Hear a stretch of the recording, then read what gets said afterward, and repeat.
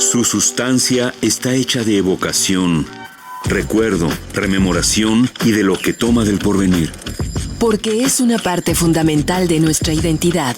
Somos nuestra memoria. El programa de Lina que nos lleva de viva voz con los especialistas. ¿Qué tal, amigos? ¿Cómo están? Esto es Radio INA y esto es Somos Nuestra Memoria. Un servidor, Juan Stack, les da la más cordial bienvenida. La Secretaría de Educación Pública y Conaculta, a través del Instituto Nacional de Antropología e Historia, los invitan a acompañarnos en la emisión de este programa, en el que nos acompaña el doctor Francisco López. Él es director de Patrimonio Mundial del Instituto Nacional de Antropología e Historia.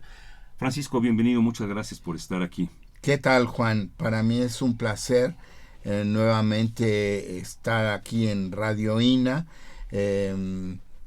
conversando, hablando y estableciendo un diálogo para dar a conocer a nuestro público los quehaceres que hemos tenido en el tema del patrimonio mundial y ahora fundamentalmente para contarles cómo ha sido este gran recorrido para que el Comité de Patrimonio Mundial en su 39ª reunión que tuvo lugar en Bonn pudiera recomendarlo positivamente y con esa recomendación tomar el acuerdo y la deliberación de que tendría absolutamente que figurar en este gran elenco. Estamos hablando de la inscripción que ha hecho la UNESCO de el complejo hidráulico del acueducto del Padre Tembleque como que forma parte de la lista del Patrimonio Mundial desde el pasado 5 de julio, como dice el doctor Francisco López. Esto tuvo lugar en la ciudad de Bonn y días después hubo una ceremonia en la que se entregó esta constancia de ingreso a la lista del Patrimonio Mundial. Pero vamos a hablar un poco de, leemos en los periódicos estas noticias, yo en lo personal me hago bolas. Hablamos de patrimonio cultural, de patrimonio natural, de patrimonio mundial, en fin, ¿qué se necesita para que un sitio, un lugar, un complejo arquitectónico, arqueológico, de cualquier tipo, sea considerado como patrimonio mundial por la UNESCO? Mira, quizá acudiré de una manera muy breve, absolutamente resumida, en tres elementos que me parecen fundamentales. México, la Convención de Patrimonio Mundial Cultural y Natural, así lo dice el encabezado, el título de este gran, importante convenio internacional que la UNESCO tiene en el sector cultura, y quizá hay que decirlo, que es la convención que hoy por hoy tiene mayor visibilidad en el mundo entero, porque más de 196 países han suscrito esa convención, que es un elemento vinculante y que se asume a nivel de ley por encima de las nacionales.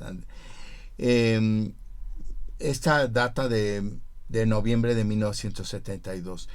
México apenas ratificó la convención en el año 1984 y empezó a escribir los primeros bienes culturales y naturales 3 años después, en 1987. O sea, ya cuando había más de una década que había empezado a operar la misma convención, que empezó a situarla en 1976. O sea, hasta 1987 calcula un poco lo que esto significa.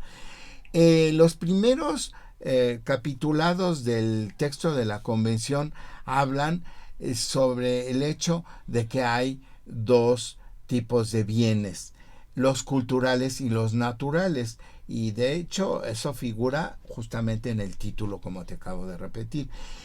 Sin embargo, muy pronto los miembros del comité, que son 21 y que están rotando periódicamente, para que haya una representatividad tanto geográfica como democrática en el seno de la Asamblea General de la UNESCO, se eligen a 21 países distribuidos en las 6 zonas geográficas que tiene consignada la UNESCO para estos efectos. Entonces, tenemos primero esos dos grandes bloques, estos dos grandes conceptos de lo que es un patrimonio cultural y un patrimonio natural. Pero la conjunción de ambos patrimonios te da una tercera categoría que no está acuñada en el texto de la convención, pero que de facto todo mundo lo entiende, que es el patrimonio mixto. De estos hay apenas 33 en toda la lista de 1031 bienes, con lo cual tú podrás imaginarte que apenas es un 3% de bienes mixtos en la lista de Patrimonio Mundial. Después quizá habría ahí otro tema interesante que introducir a nuestro auditorio, que es el tema de un principio fundamental de la Convención, y es que los bienes inscritos en la lista de Patrimonio Mundial tiene que ser una lista representativa, y la credibilidad estriba en la representatividad y en el equilibrio. Es decir, la representatividad tanto en términos geográficos como de categorías de patrimonios, porque esto tanto en lo natural como en lo cultural hay diferentes categorías. Y luego el equilibrio también se refiere a que este equilibrio debe de considerarse en sus dos vertientes, en la geográfica, en lo posible, y también en términos de sus categorías. Ya si quieren pudiéramos pasar después a lo que son las diferentes categorías de patrimonio, pero podríamos evocar rápidamente en el patrimonio cultural lo que pudiera ser el patrimonio monumental de catedrales, patrimonio renacentista, patrimonio moderno, pero también estamos hablando de patrimonio prehistórico, estamos hablando de itinerarios culturales, de paisajes culturales, que también en ellos hay diferentes subcategorías, y finalmente, para llegar a lo del Padre Tembleque, estamos hablando de canales patrimoniales, y de esos apenas habrá una decena en la lista de Patrimonio Mundial. Yo leía que independientemente de todas estas características que has mencionado, Francisco, todo parte del principio de que tiene que tener un valor universal excepcional. Así es. Sea natural, sea cultural, Así arquitectónico, prehistórico, como tú dices, contemporáneo y demás. Me dijiste que estuviste en la ciudad de Bonn, en Alemania, en la ceremonia en donde al complejo hidráulico del acueducto del Padre Tembleque se le dio esta declaratoria, y que estuvo la doctora Bokova. Mira, durante la visita del presidente Peña Nieto a París como huésped de honor para la celebración del 14 de julio, se vio la feliz coyuntura y la ocasión y la circunstancia de que la señora directora general de la UNESCO pudiera entregarle, cosa que nunca ocurre, casi nunca ocurre, pero que en esta ocasión, dado que el presidente estaba visitando la ciudad de París y algunos otros lugares de Francia, pudiera aprovecharse ese momento para que en la sede de la UNESCO la directora general le entregara en mano propia el título y el certificado que acredita que el sistema hidráulico del acueducto del Padre Tembleque le fuera entregado en mano propia, un poco para dar constancia de lo que ello significa como reconocimiento y como una cuestión de orgullo y del valor que tiene ese bien cultural, pero también para que de alguna manera el presidente refrendara el compromiso con la UNESCO, con la convención y con la obligación de conservarlo para las futuras generaciones. Y me parece que la señora Bokova ha dado algunas palabras que sería bueno que tú aludieras a ello. Aquí tenemos la traducción del texto. ¿En qué idioma lo dijo? En español y en español. francés y en Bien. inglés. Bien. Habla perfectamente bien esas 3 lenguas. Eso habla La muy bien de directora ella. general.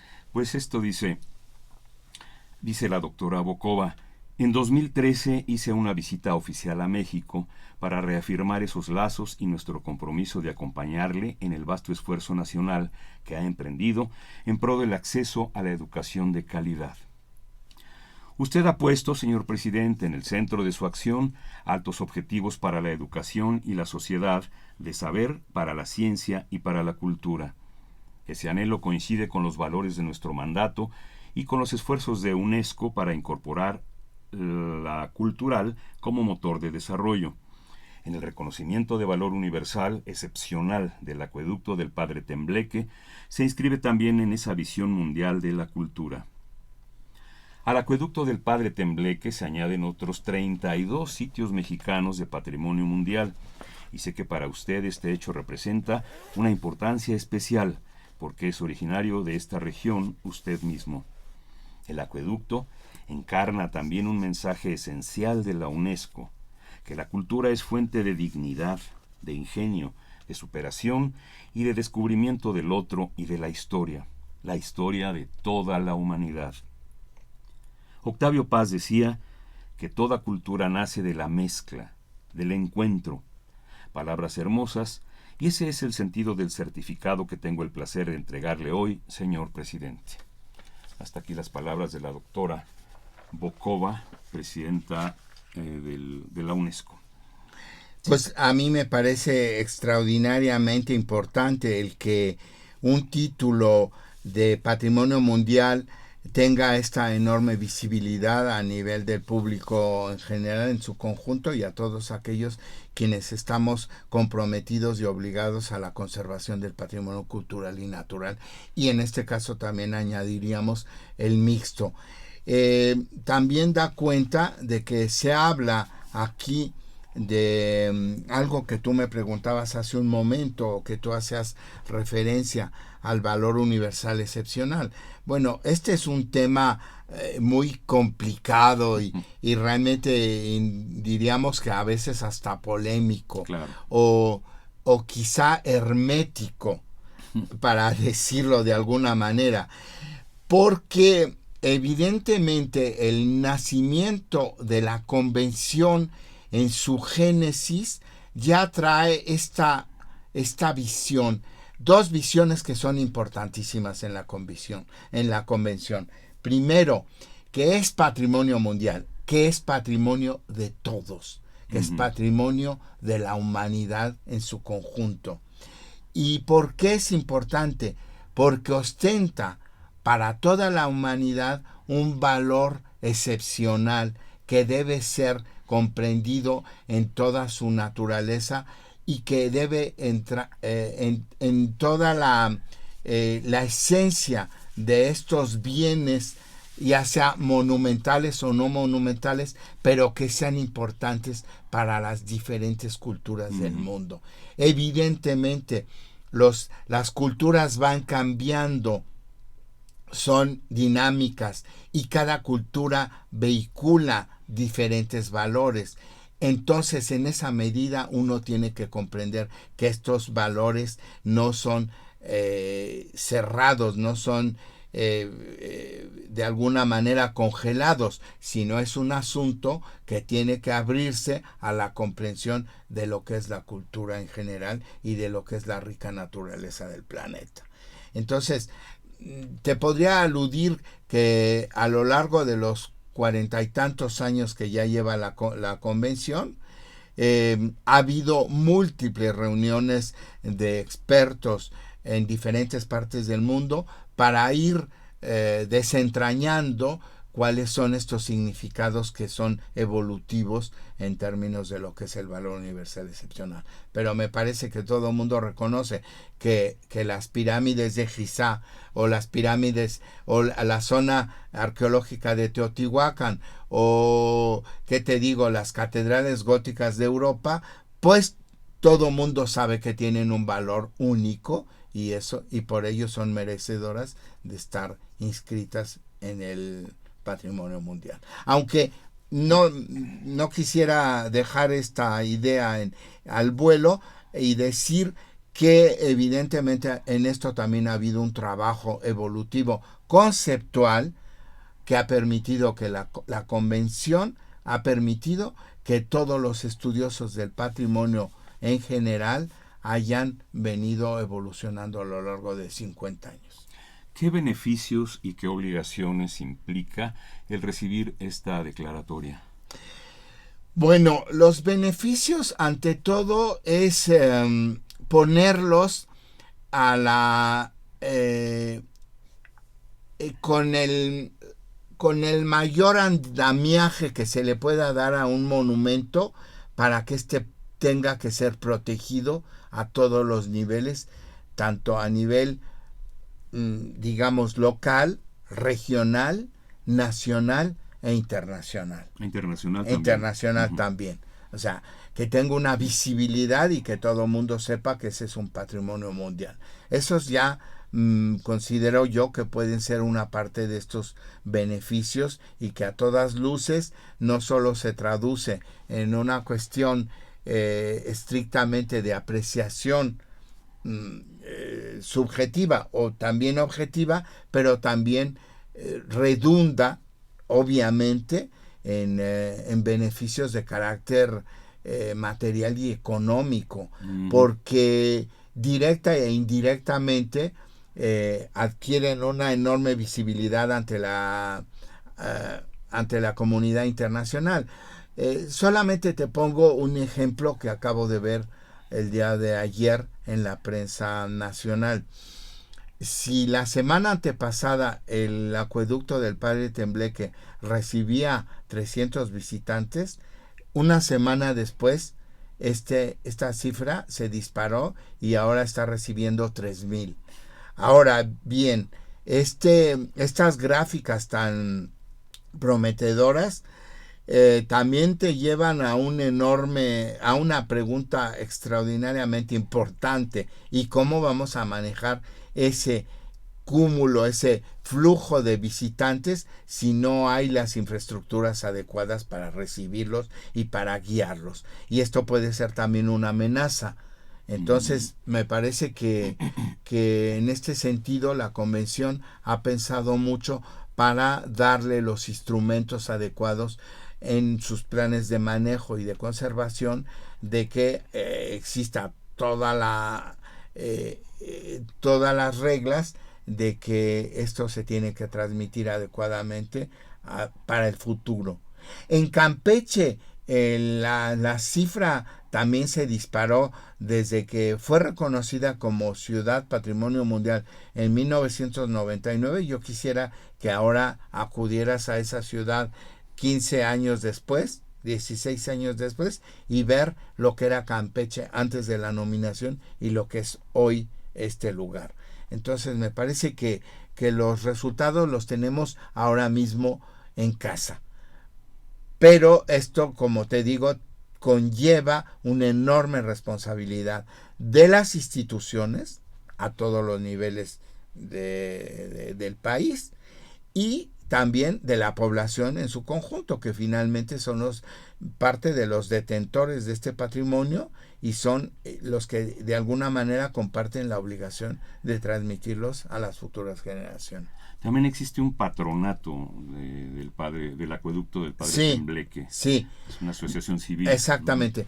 Bueno, si quieres entramos un poquito ya con este tema del patronato a la historia de cómo empezamos a identificar que este sistema hidráulico tan complejo, tan importante, pudiera figurar primero en la lista indicativa a principios del siglo XXI.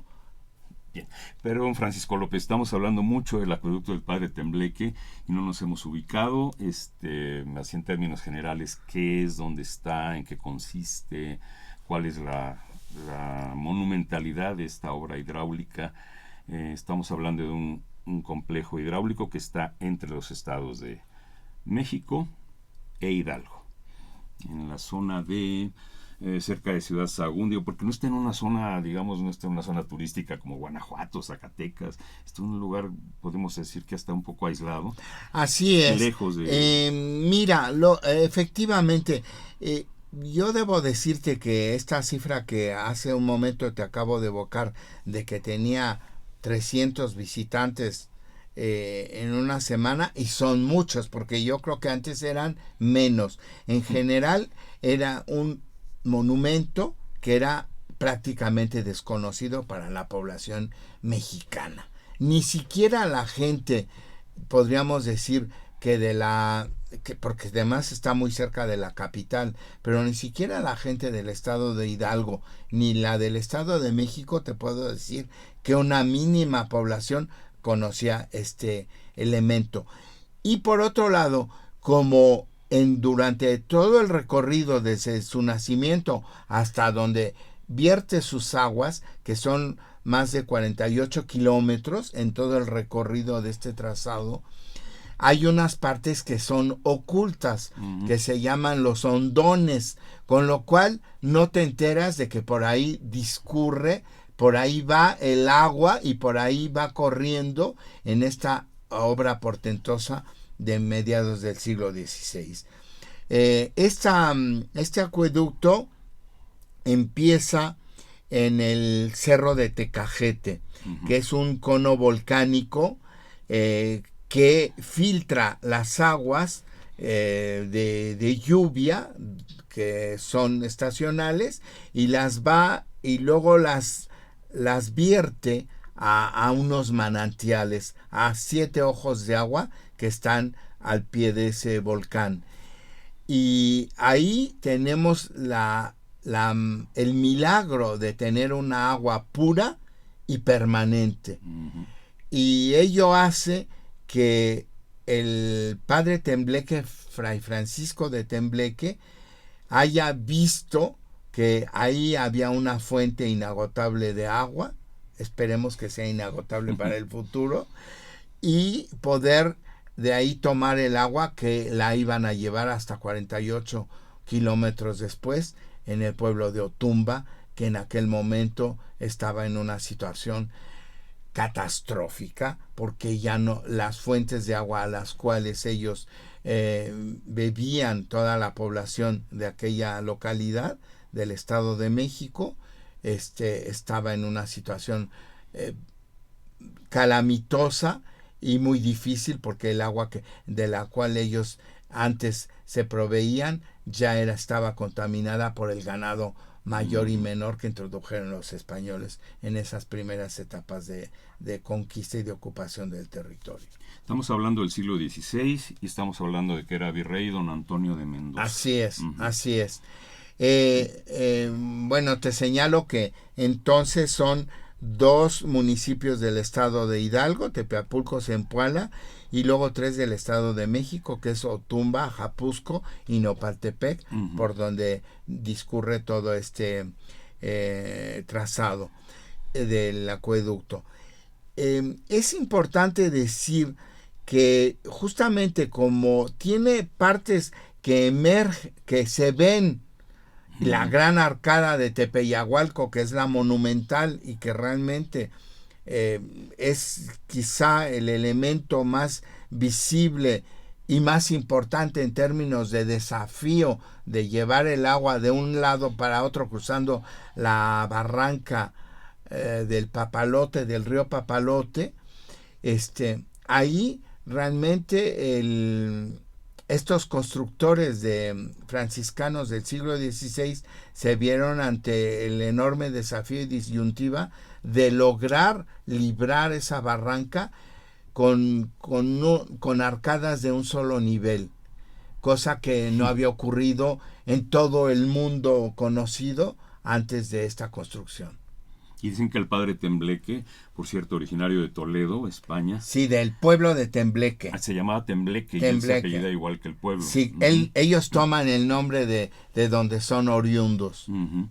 Que no era ni ingeniero ni arquitecto, es lo que estaba también leyendo, y que sin embargo tomó técnicas tanto hispanas como aztecas, prehispánicas para la construcción de estos arcos, una combinación de técnicas. Exactamente, mira, y una de las atisbos y de los descubrimientos que tuvimos nosotros al hacer una investigación mucho más profunda, no solo tuvimos acceso al manuscrito, a un gran legajo de documentos que se encontraban en el archivo de India y que después fueron paleografiados por nosotros para desentrañar lo que aquello tenía como documentación, pero nos dimos cuenta que la construcción del acueducto, del sistema hidráulico, fue enormemente compleja y fue posible gracias a este momento luminoso del Renacimiento en América, que el padre Tembleque pudo hacer acopio tanto de la sabiduría y del conocimiento de la hidráulica vitruviana de la época romana y evidentemente después de la gran sabiduría que tenían los hispano-musulmanes que habitaron durante 8 siglos la península ibérica, y después de los conocimientos del Renacimiento en sí mismo, pero a ello agregó la destreza que los antiguos mexicanos tenían para también un manejo adecuado y sabio del agua, con los zapantles y con los modos de construir que permitieron que en un lugar donde no había madera para hacer un andamiaje importante de una altura de más de 40 metros, pudiéramos desafiar el conocimiento a partir de hacer una cimbra perdida de adobe que después se sustrajo una vez forjados toda la arquería de la zona monumental, pero así también de los otros. O sea, se construye una cimbra de adobe y luego se destruye cuando ya se consolidó lo que va a soportar. Así es. Sí, realmente, y además es una tecnología que pudiéramos llamar mestiza y que sirvió para ese objetivo. Y después casi en ningún caso tenemos documentado que se haya utilizado ese ingenioso sistema constructivo. Otra cosa que me llamó mucho la atención, doctor Francisco López, es que el virrey Antonio de Mendoza dio la autorización para hacer el acueducto, pero no dio presupuesto, digamos. ¿De dónde salieron los medios para hacer la construcción de esta importante obra, importante complejo hidráulico?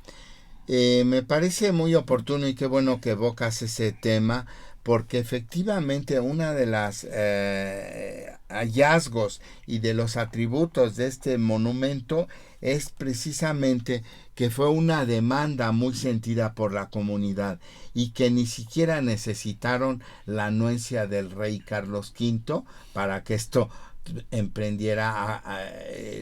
tuviera, digamos, por decirlo en un lenguaje común y corriente y actual, el banderazo de decir comiencen esta obra. En realidad, no. Esta fue una demanda muy sentida de todas las comunidades que habitaban estas tierras del norte del Valle de México, porque estaban en una situación muy difícil y necesitaban el agua. Entonces ellos vieron en esta, yo digo que esta es una obra quijotesca, aunque nos estábamos adelantando 50 años al mismo Quijote, a la novela de Miguel de Cervantes, pero quijotesca en el sentido de que es una cuestión que si tú te vas y visitas el sitio, tú dices, ¿cómo pudieron la gente de esta época y con las tecnologías que tenían a la mano poder desafiar el hecho de llevar agua con un canal y que tuviera la pendiente necesaria para llevarlo al otro lado de la barranca. Entonces realmente eso te pone a ver que era una gente que conocía perfectamente bien este tema que tú preguntabas. Él no era ingeniero, pero no necesitaba el título, porque de hecho eran gente con un espíritu humanista que dominaban, y digámoslo así, una cantidad de ciencias en la práctica que los llevaron a que pudieran hacer esta obra colosal. Y por otro lado, también el empeño, el tesón y la gran convicción de las comunidades indígenas de que eso se tenía que hacer como estaba visto en el proyecto.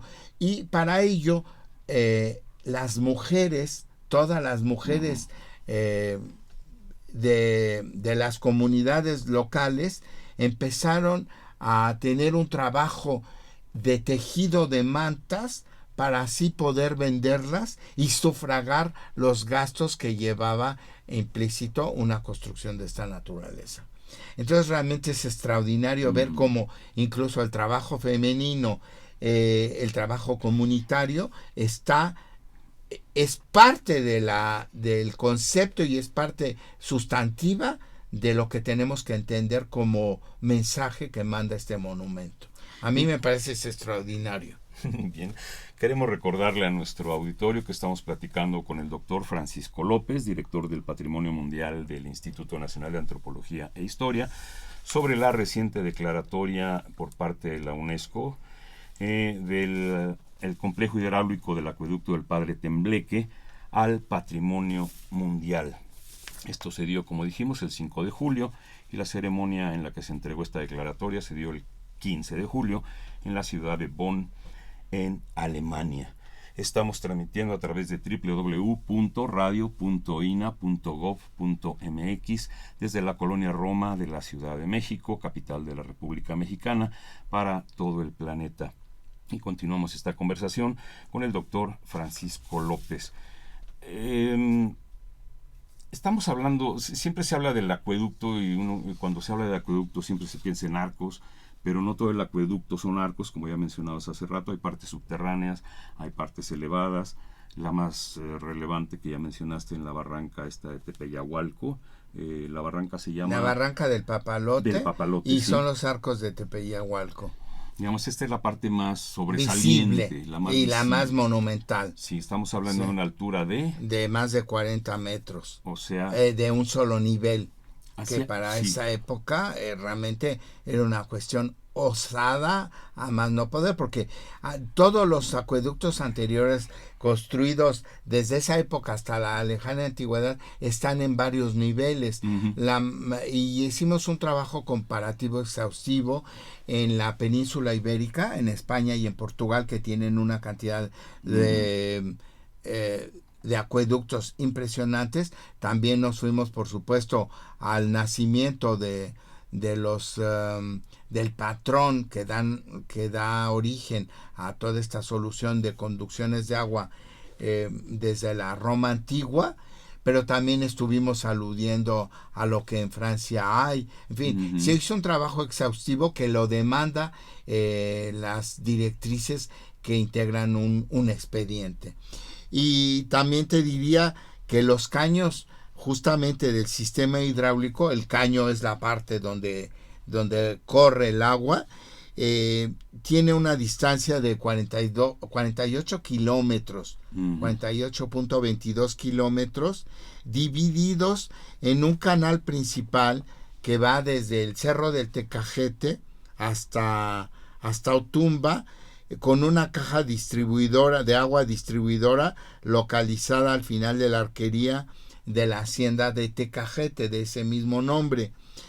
Después la caja distribuidora divide el flujo en dos ramales importantes, uno que va hacia Zempoala y el otro que va hacia Otumba, y que integra en su recorrido acequias, cajas de agua, como tú me decías antes, sifones, aljibes, pilas y fuentes. Todo eso muy compleja, sí. Porque además ello demanda, ya te digo, un conocimiento extraordinario de lo que es la ingeniería hidráulica, de los declives que tiene que tener, los sifones, de cómo van a distribuir, cuál es el ángulo, en cómo tienen que colocar las mismas cajas de agua, etcétera, etcétera. Hay un tema que no me gustaría ir olvidando y que nos daría pie a otro que es absolutamente consustancial al argumento de la integración del expediente. Ya teníamos anteriormente, 10 años antes, en Tepeapulco, un acueducto, con un acueducto mucho más corto, que también bebe de otros manantiales que están cerro arriba de esa población, y hay una caja de agua maravillosa, muy inspirada en el legado morisco, en el arábigo andaluz. Es una caja de agua con una construcción que en la parte superior tiene un elemento, no recuerdo bien la leyenda que dice algo así como que el agua nos las trae Dios, algo así, una cosa evocadora, poética, muy bonita, que lamentablemente ahora mismo no recuerdo, pero en la otra parte inferior de esa cornisa que remata la construcción, donde se recoge el agua del acueducto y luego una pila y luego unos lavaderos, trae una leyenda que dice, siendo el Tlatoani Carlos V. Entonces, a mí me parece enormemente revelador, elocuente y hasta conmovedor, si se puede decirlo, porque ahí ya estaba implícita el tema del mestizaje. Claro. Porque están llamando a Carlos V no rey, sino Tlatoani, con la terminología náhuatl. Entonces es importantísimo, porque ello me da pie a otro asunto que es fundamental. La caja de agua y el acueducto están a unos pocos metros de donde se desplanta el gran convento franciscano de Tepeapulco, donde nada más y nada menos Fray Bernardino de Sahagún escribe los primeros memoriales y la historia verdadera de Nueva España en ese claustro, con todos los escribanos, con todos los sabios del México antiguo que vienen, y durante varios años ahí el fraile Sahagún recoge la sabiduría del México antiguo y además crea, de acuerdo a las palabras, por supuesto, sabias de don Miguel León Portilla, recoge con un método que él en ese momento crea e inventa, si se puede decir, la nueva antropología moderna. Es decir, es la voz del otro la que él está recogiendo para que diga lo que en el pasado había ocurrido en esas tierras. Y esa es una cosa, a mí me parece extraordinariamente trascendental, y que le da también una proyección extraordinaria a lo que Tembleque hace después, 10 años después. No solo porque yo, en las conversaciones que tuve con don Miguel León Portilla, al haber hecho este trabajo y otras cosas que estamos ahí elaborando a partir de la colaboración del instituto con el mismo doctor León Portilla y con la UNAM, para ver cómo podemos reconocer el códice florentino y los códices matritenses que tienen estos manuscritos, pero me parece que es importante que se dé cuenta que toda esta idea, yo diría hasta filosófica, del reconocimiento del otro nace en esos lugares. Y por eso evoco esta leyenda, porque es muy clara, donde ya la conciencia del mestizaje estaba plenamente asumida en estas obras colosales que son las de Tepeapulco, pero también, y bueno, no soy yo quien lo está diciendo, esto lo han dicho muchos estudiosos del caso y de la construcción y de la cultura en ese mismo momento, que yo creo que es importantísimo, pero que nos permite dar cuenta que ese conocimiento del indígena al hacer aquellas siembras perdidas, pues permiten que veamos con enorme claridad la monumentalidad de este gran edificio que es el acueducto. Bien, perdona que te cambie un poco el tema, pero tenemos aquí enfrente ante estos micrófonos a un especialista en cuestiones de patrimonio mundial de aquí del instituto, y quería saber qué tan complicado, bueno, primero preguntarte en cuántas declaratorias has participado tú, y luego qué tan complicado es presentar, organizar, proponer, investigar para llegar a esta conclusión, que uno dice, ay, leer una declaratoria a México, pero todo el proceso anterior creo que es bastante complejo. Quisiera que abordáramos sobre ese tema. Claro, Francisco. Que sí, Juan, con mucho gusto.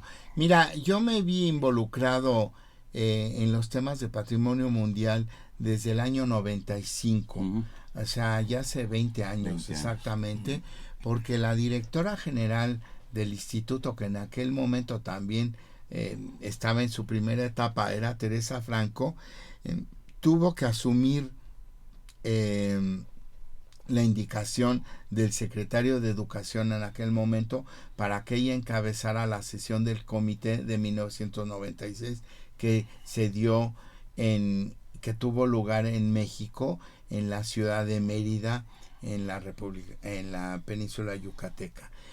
Entonces yo estaba ya un poco cercano a los colaboradores de Tere, que nos ocupábamos de los temas patrimoniales, y amablemente ella me invitó a que formara parte de ese pequeño grupo para ir entendiendo el ABC de cómo funciona la convención, porque es un tratado que tiene sus complejidades y que tiene que uno entender desde la A hasta la Z en todas sus vertientes, porque si no puedes cometer errores y además puedes no entender cómo funciona todo aquello que, como ya te dije anteriormente, también es evolutivo en términos no solamente de dinámica de la misma política que va cambiando conforme los miembros del comité y conforme los tiempos, sino que es necesario estudiar a fondo y con todo el rigor del caso.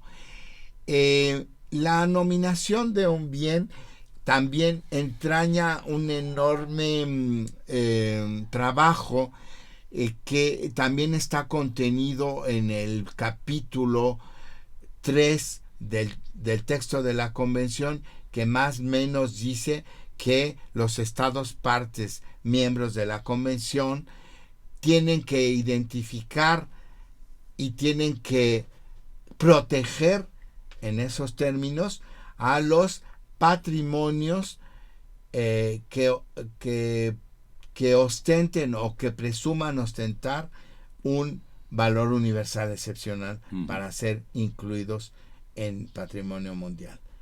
Esta labor de identificación es complicada porque justamente la identificación te obliga a necesariamente reconocer cuáles pudieran eventualmente ser los valores de un monumento. Cuando emprendimos el trabajo de la revisión en el año 2000 de la lista indicativa, que es una lista, que es un ejercicio obligado pero libre de cada país para poner los bienes que él crea que son de valor universal excepcional, y ya de todos modos estás haciendo una especie de selección en un primer momento.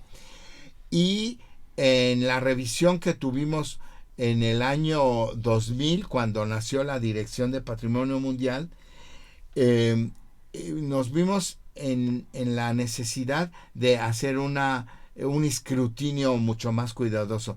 Y ya en aquel momento habíamos reconocido que el acueducto del Padre Tembleque tenía potencialmente ese valor. Pero no lo habíamos estudiado a fondo, lo conocíamos y evidentemente lo hicimos porque en aquel tiempo, un poquito antes, algunos años antes, tuvimos la oportunidad de conocer a un padre también franciscano, o el padre Cerda, que era también con esta especie de madera de apóstol, de ver, él vino a visitarnos y a invitar a decirnos que si no lo ayudábamos a la buena conservación de ese monumento que era extraordinario.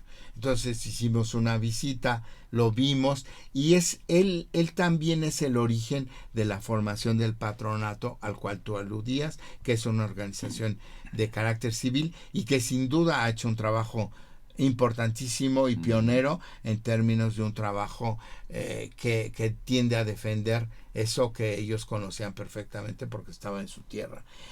Pues bien, como ves, del año 2000 al 2015 pasaron 15 años, no quiere decir ello que tardamos tanto tiempo en integrar el expediente. Para ser más claros y resumir la complejidad, sí nos tardamos por lo menos 3 años para empezar a la recopilación ya exhaustiva y metodológica de la documentación y empezar a desentrañarla y a entenderla. Y luego a trabajar nuevamente con todos los actores implicados, que son muchísimos, Juan. Este trabajo del patrimonio mundial demanda un gran esfuerzo de establecer diálogos constructivos. No siempre son fáciles, hay que decirlo, porque además las autoridades, sobre todo las locales, cambian mucho, y también con la población en términos de la sensibilización y de la educación de que lo que tienen enfrente es un bien valioso. Te debo decir que hemos luchado mucho con algunas poblaciones que ven una caja de agua y no le dan el mayor interés. Y resulta que ahora son parte de ese gran complejo y que son igual de importantes esa caja de agua pequeña, que luego está grafiteada, que la gran arcada monumental. Es decir, que ahora no podemos ver al complejo por separado, y aún a pesar de que hay muchas partes que están ocultas, hay una obligación, al haberlo escrito, de formar un grupo interdisciplinario y una comisión intergubernamental que se encargue, es decir, de el buen mantenimiento de este monumento, y que finalmente también recuperemos la parte que todavía no tiene agua, que es fundamentalmente la que recorre los municipios del Estado de México. Tú me decías qué complejidad tenía esta integración.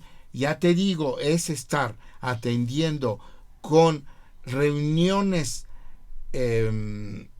periódicas, ver cómo van los avances de la integración del expediente en sus diferentes partes, que son definir los valores universales excepcionales, definir los criterios bajo los cuales se va a inscribir el bien, establecer perfectamente bien el discurso historiográfico que arma todo el sustento, pero con rigor de esta nominación. Después, hacer estudios comparativos exhaustivos de los bienes ya escritos y de los que están en las listas indicativas, que te puedes imaginar que son una cantidad impresionante. Y luego hay otro tema que va absolutamente aparejado en la última etapa, que es la evaluación in situ de los expertos, de los órganos consultivos que hacen funcionar la convención, que es la UICN, que es la Unión Internacional de Conservación para la Naturaleza, y que es el ICOMOS, el ICOMOS, que es el Consejo Internacional de Sitios y Monumentos. Para terminar esta parte de tu pregunta, solamente quisiera terminar con este tema de la evaluación. Evidentemente en este bien cultural la OICN no entró en el caso del bien mixto de Calakmul, porque ahí tenían que entrar los dos órganos que se ocupan de ello. Pero el ICOMOS también tiene sus métodos de evaluación que no son siempre sencillos. Entonces, hay tres facetas de la evaluación. Aquella donde viene uno o dos o tres, dependiendo de la dimensión del bien, expertos y hacen una visita durante una semana y constatan lo que dice el expediente, a ver si es cierto o no. Y también una cosa bien importante en ese proceso de evaluación, ellos verifican si realmente el tema de las comunidades es así como se plantea en el mismo texto. Es decir, que si ellos tienen consultas, tienen entrevistas con las autoridades, con las comunidades, con los usuarios, con los expertos y evidentemente con las autoridades de carácter federal. Todo eso. Ellos después rinden un informe donde no dan cuenta si el monumento, no deben dar cuenta si el monumento merece o no merece la inscripción. Están absolutamente vetados para emitir cualquier juicio de ese carácter, no de los otros, por supuesto. Y luego en el ICOMOS hay una reunión del panel de Patrimonio Mundial donde hay una treintena de expertos y donde se hace una especie de tribunal.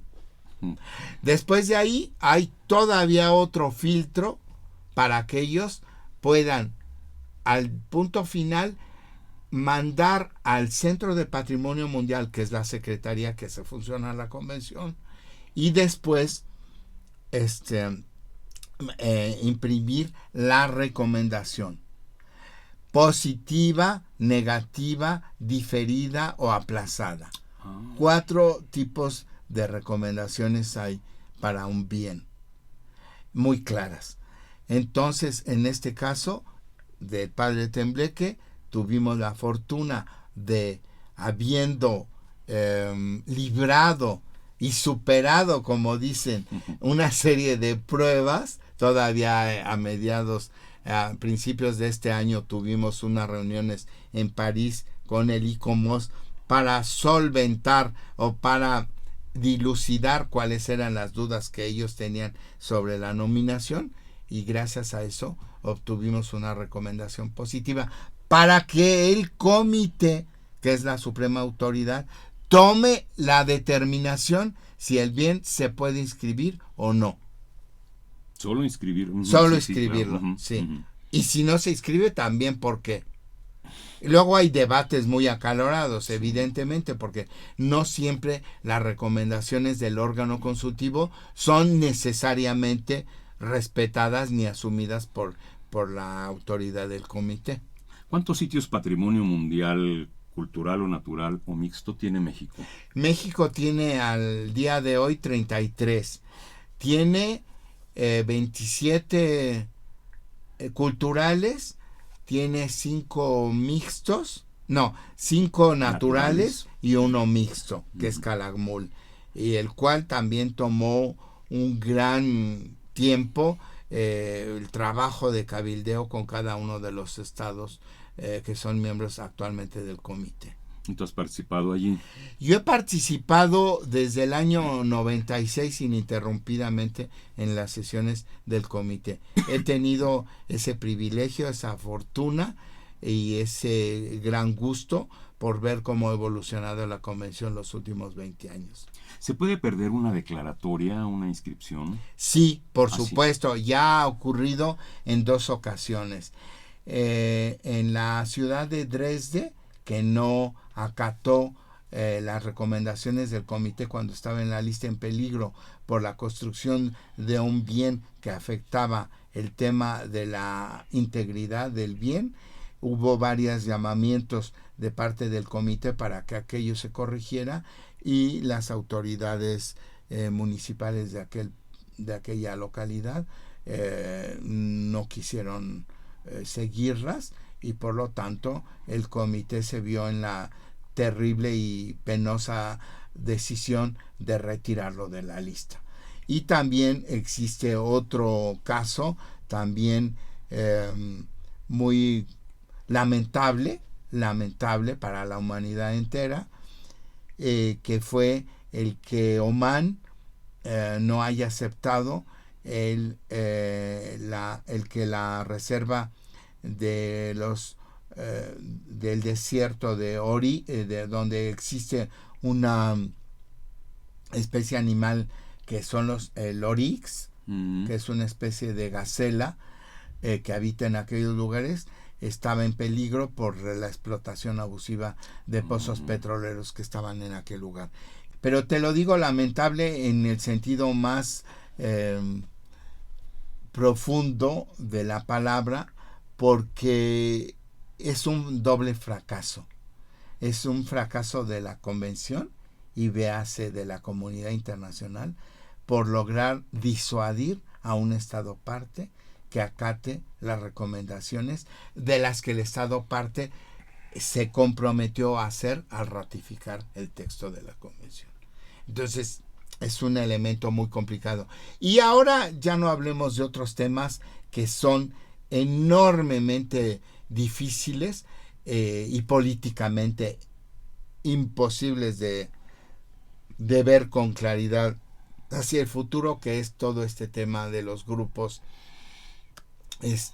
radicales que han atentado, entre otras cosas. O sea, realmente ese es un tema enormemente complicado, y déjame decirte que en la 39ª sesión del comité en Bonn abrió antes que otra cosa, y como ninguna otra sesión había abierto, con una discusión de una declaración de parte de la directora general y de parte de la presidenta, que en este caso era la señora Böhmer, alemana, para hacer una denuncia a la comunidad internacional sobre la catástrofe y los crímenes de lesa humanidad que están ocurriendo, y los crímenes de guerra que están ocurriendo en esos lugares. Ahí sí no se puede hacer nada, ¿verdad? Pues mira, yo creo que el haber alzado la voz al más alto nivel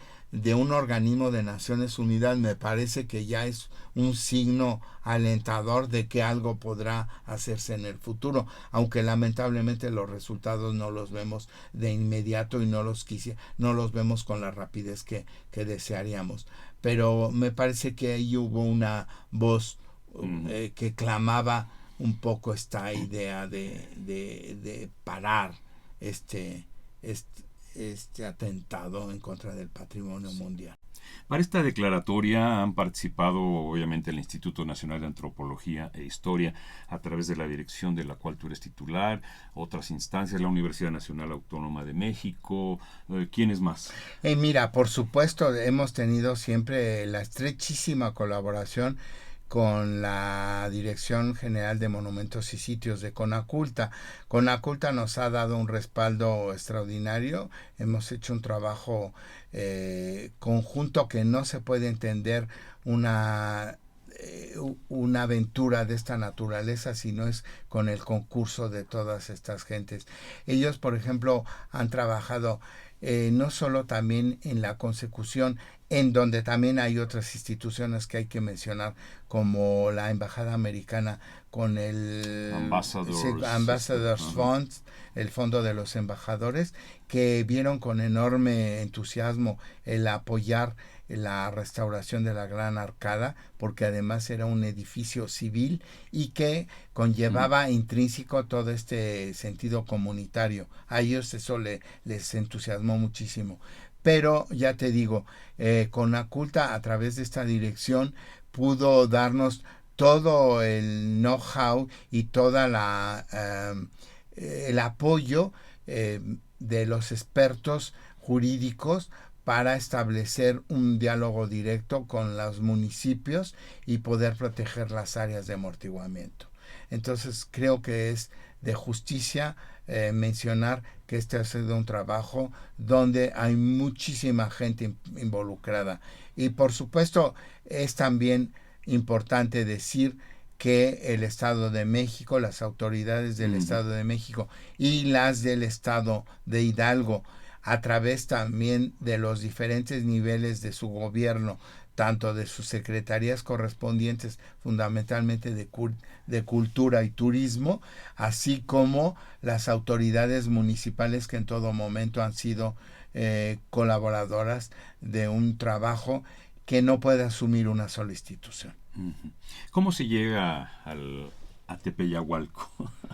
Mira, se llega por la carretera que va a Ciudad Sagún y un poquito más al norte de Teotihuacán. Ahí ya empiezas a percibir la Gran Arcada. Aunque déjame decirte que hay varios caminos que te pueden llegar ahí, porque ahí hay una red viaria importante que son varias alternativas las que te pueden dar oportunidad para irlo conociendo. Nos quedan ya muy poquitos minutos. Quería preguntarte, ¿hay alguna lista a futuro de sitios, monumentos, bienes, ya sean culturales o naturales, que se quieran inscribir por parte de México? Sí, mira, hay varios. La lista indicativa figuran más o menos 20 sitios. Pero eso no quiere decir ni que se vayan a nominar mañana ni pasado mañana. Eso depende mucho también de las coyunturas, de la voluntad que tengan algunos comunidades, porque ahora no podemos hacer ninguna nominación si no hay un compromiso y un involucramiento de parte de los actores que detentan o que a quienes tienen en las localidades donde se encuentran estos bienes, o de los dueños, porque podemos hablar de dueños específicos, como en el caso de la Casa Barragán, que es la Fundación de Arquitectura Tapatía, y que ahora es Patrimonio Mundial, pero que tiene nombre y apellido mucha gente, o como la misma UNAM, que la UNAM, la universidad es la que tiene, el campus central de la ciudad universitaria, tiene también una autoridad responsable y ha creado para ello una unidad específica que atienda esos temas. No me gustaría al auditorio lanzar ningún nombre específico porque me parece que no genera unas expectativas que luego puedan no cumplirse. Y me parece que nuestra ética nos demanda que seamos cautelosos en ese caso, pero no dejo de mencionarte que sí, evidentemente México tiene una política de ir siempre con los principios que te evoqué en un inicio sobre la representatividad y el equilibrio, y queremos seguir insistiendo en lo que está subrepresentado, es decir, patrimonio industrial, patrimonio moderno, quizá nuevamente volverse al patrimonio prehistórico o categorías que han sido poco abordadas. En este caso, este canal patrimonial no tenía más que 10 u 11 canales patrimoniales en todo el mundo, con lo cual estamos contribuyendo con esa enorme diversidad del patrimonio que hay en todos los países. ¿Con qué quisieras despedirte? ¿Qué quisieras agregar? ¿A quién te quisieras dirigir?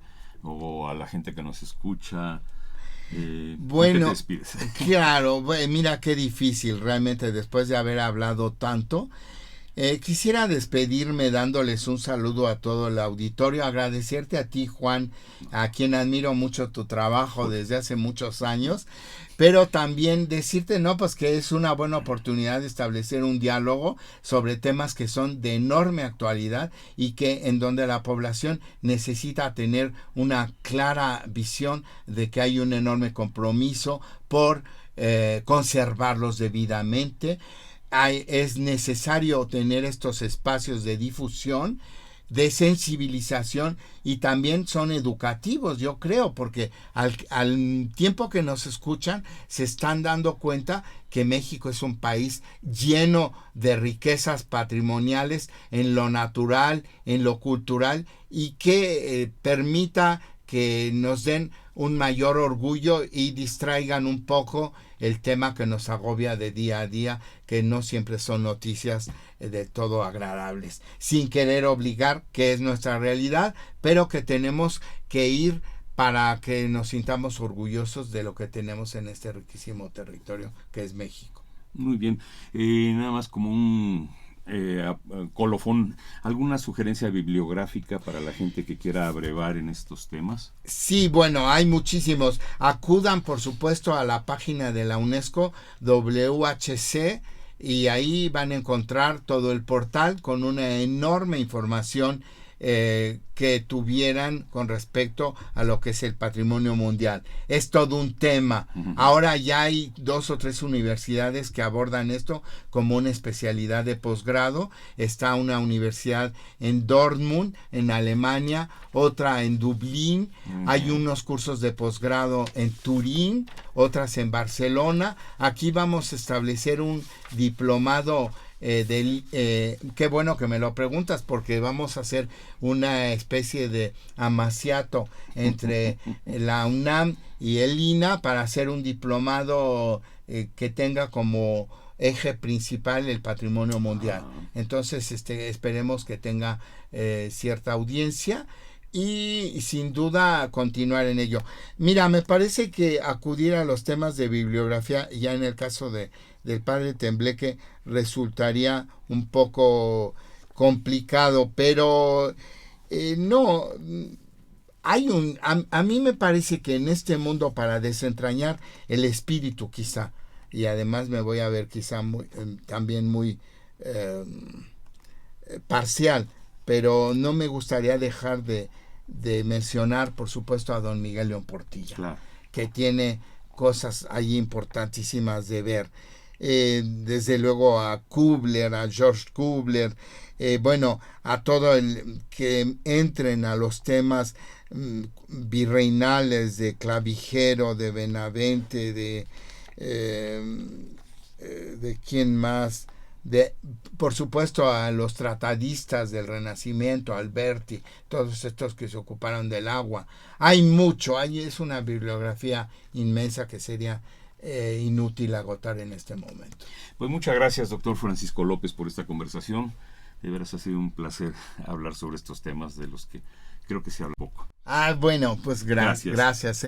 Bien, pues así desde la conducción un servidor, Juan Stack, a nombre de Radio INA, da por terminada esta emisión, que fue posible por la generosa participación del doctor Francisco López. Como siempre, agradecemos el apoyo en esta serie de Pedro Francisco Sánchez Nava y de Luis Alberto López Guario. Gracias a nuestros escuchas, a quienes les sugerimos consultar más de nuestra producción a través de www.radio.ina.gov.mx. Es una realización de la Dirección de Medios de Comunicación a través de la Subdirección de Radio INA a cargo de Gabriela Marentes. Es una producción de Banibaldo Morales, controles técnicos Joel Cuautle. Hasta la próxima. Las opiniones y comentarios aquí expresados son de entera responsabilidad de quienes proporcionan la información y no representan necesariamente las opiniones de Radio INA ni comprometen el pensamiento editorial del Instituto Nacional de Antropología e Historia.